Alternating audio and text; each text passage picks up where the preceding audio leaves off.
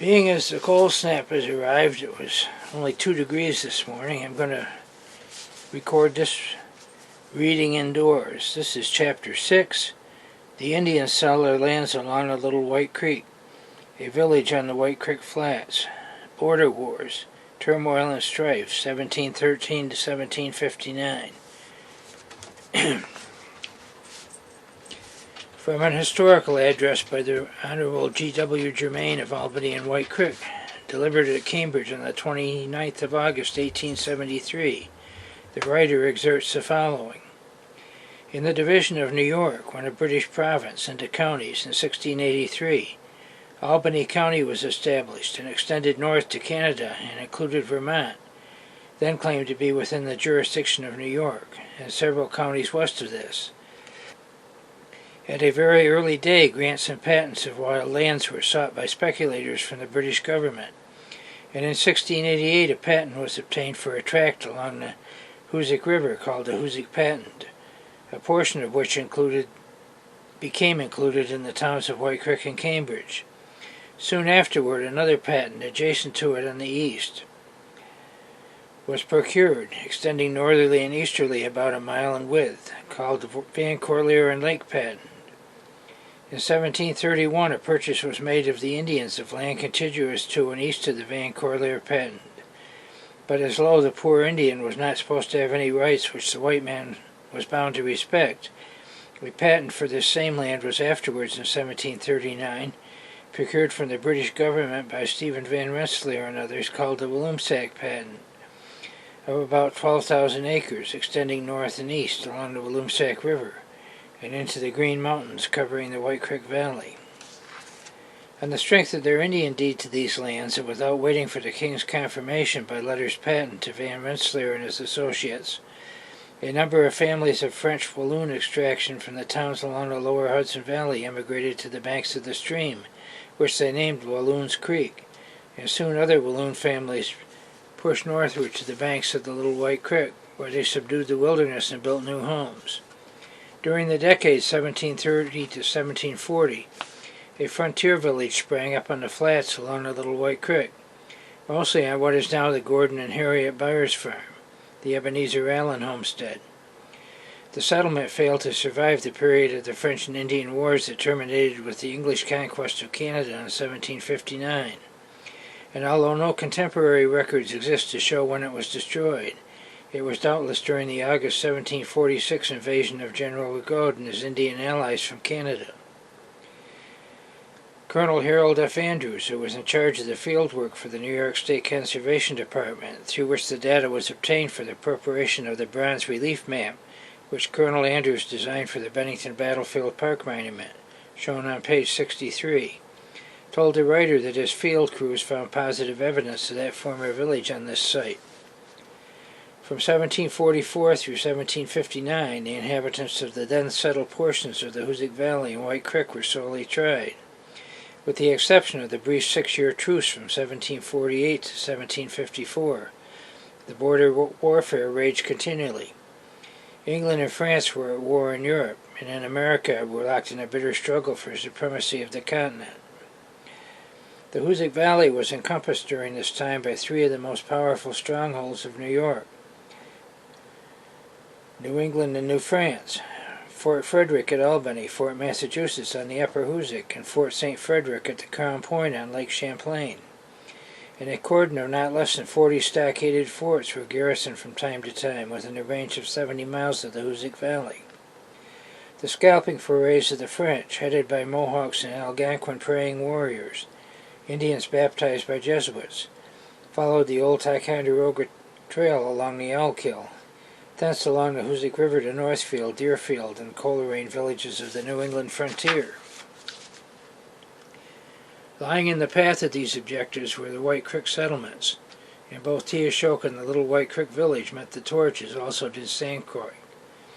Many a settler's home was laid in ashes. Many of them took to their flat-bottomed boats and sought the protection of the garrison towns along the Hudson. Those off the beaten path sometimes stood their ground and either were miraculously overlooked or perished at the hands of the red men, or were led captive back to Quebec, there to languish for months, and perhaps to die in the squalor of prison pens. Throughout the Hoosic Valley, probably not more than a dozen houses of the settlers of those days stand today. They include the Van Vechten House of Old Scaticoke, rebuilt recently after a damaging fire near Stillwater, the Van Corlear Trading Post at White Creek, the Center House in White Creek. Others are being discovered anew as historical interest grows and research proceeds. Certain frontier committees suffered more than others during these times. Knickerbocker's Scaticoke settlement on the lower Hoosic was struck but once while in the Sandquark neighborhood. Dutch Hoosic and the Krieger settlement near Pownell suffered repeatedly from these avenging forays by formerly friendly Indians who had been won to the side of the French. One French writer noted that within a certain period of short duration, the French partisans led not less than 27 detachments of St. Francis warriors against the settlements of the Dutch and English Protestants. The reader can picture what the frontier settler endured, his constant state of alarm. That they persevered through these harassing times is a tribute to the steadfast, unflinching character of these pioneers. In August of 1746, a detachment of more than 900 French and Indians passed through White Creek, following the old trail along the Owlkill, thence along the Hoosic through Sandquark neighborhood, bent on the destruction of Fort Massachusetts, east of the present city of Williamstown. Of the mission, they not only destroyed the fort and took captive the garrison and their families, but put Sandquark and Teoshope to the torch and inflicted great harm to the New England settlements. One of the captives was the Reverend John Norton, chaplain of Fort Massachusetts, in whose journal of captivity a detailed account of this unhappy incident has been preserved. Poorly coordinated military plans had resulted in the forts being inadequately garrisoned, and this left, with a delay in the arrival of reinforcements, left them an easy target. They were doubly afflicted with an epidemic of the bloody flux. On the 15th of August, fresh moccasin tracks had been observed a few miles from the fort, and a scout was dispatched to Deerfield requesting help. Before the help came, however, the French struck. Of the garrison of 20 soldiers, 10 were very ill, but Sergeant Hawks, the commandant, resisted a 27-hour siege in the hope that help would come, and capitulated only when it was evident the fort would be burnt and they within it if they did not. They were outnumbered 1 to 100 in that unequal contest. On the morning of the 19th, the resistance ended. The French burned Massachusetts, and Chaplain Norton was permitted to leave a note on the old well to give a brief account of their plight to those who had been expected to relieve them. The captive band numbered 31, including the wives and children of the garrison. The march to Quebec began on the morning of the 21st, and that evening, while they were not far from the present village of Petersburg, John Smead's wife gave birth to a baby girl, who, considering the circumstances of her birth, was named Captivity. The following day, a White Creek settler, concealed in the hills along the Owlkill, might have seen that pitiful band plodding wearily northward under the guard of the painted warriors. The chivalrous French, however, had made a litter for Mary Smead and little Captivity, and they were borne along thus until the mother's strength was recovered. Being so ordered by General Rigaud, several of the powerful warriors improvised seats for carrying the sick and ailing during part of the journey. These incidents do show that the French did at times feel a degree of compassion for their victims. The Indians preserved a friendship for some of the settlers, and these were purposely passed over or given advance warning to take cover, as the following letter from Perry's Origins of Williamstown proves. Among this number was undoubtedly Errant Van Corlear, who was greatly respected out of the memory of his famous father, and his property went untouched through this dark and bloody period. Fort Massachusetts, August 25, 1754. Sir, this day there came a man from the Dutch and informs me that 4 days past there came 5 Indians from Crown Point, and informed them that there was 800 Indians destined to destroy Hoosic and our new town in this fort, and designed to be upon us this night. I sent a man right down to Hoosic to hear further about the affair, but the people was all moved off but 2 or 3 that was coming to the fort, and they tell him the same account. The Indians that brought the account was sent in order to have some persons moved from Sandquark that they had regard for. But if they come, I hope we are well fixed for them. In haste, sir, yours, etc., Commander Elisha Chapin. The end.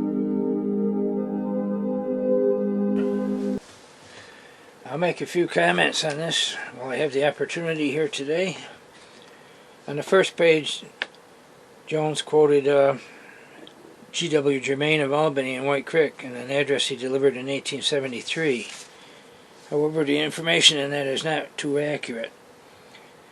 The Van Corlear and Lake patent wasn't given out till the 1760s because Aaron Van Corlear apparently neglected to bother to get a patent for his land from Albany.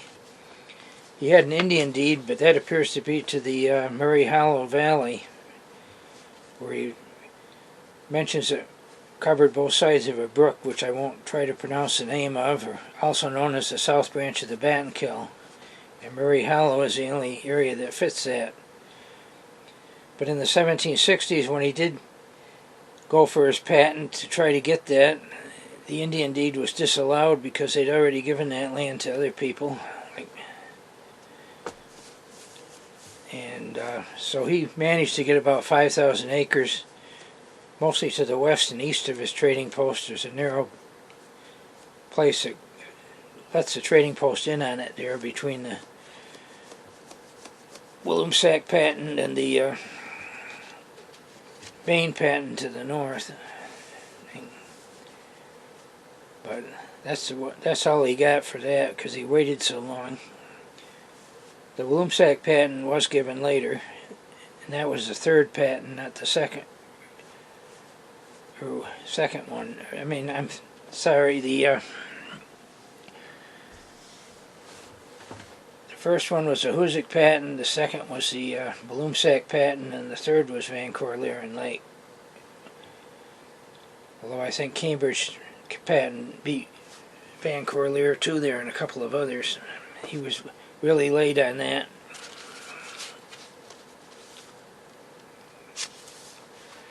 Whether there was a village in White Creek before the French and Indian War is questionable.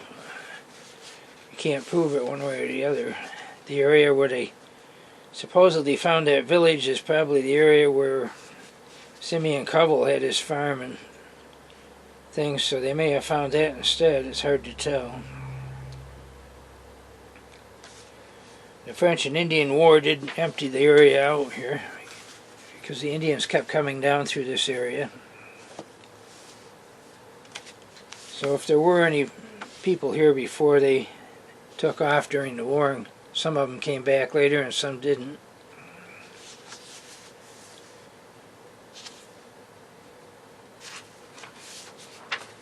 What else is there in here? The Indians probably did preserve a liking for Aaron Van Corlear and respect and give him warning. And the trading post stood up through that time and wasn't bothered. And that's about all I see that has a question to it there. Well, thanks a lot. Have a good day.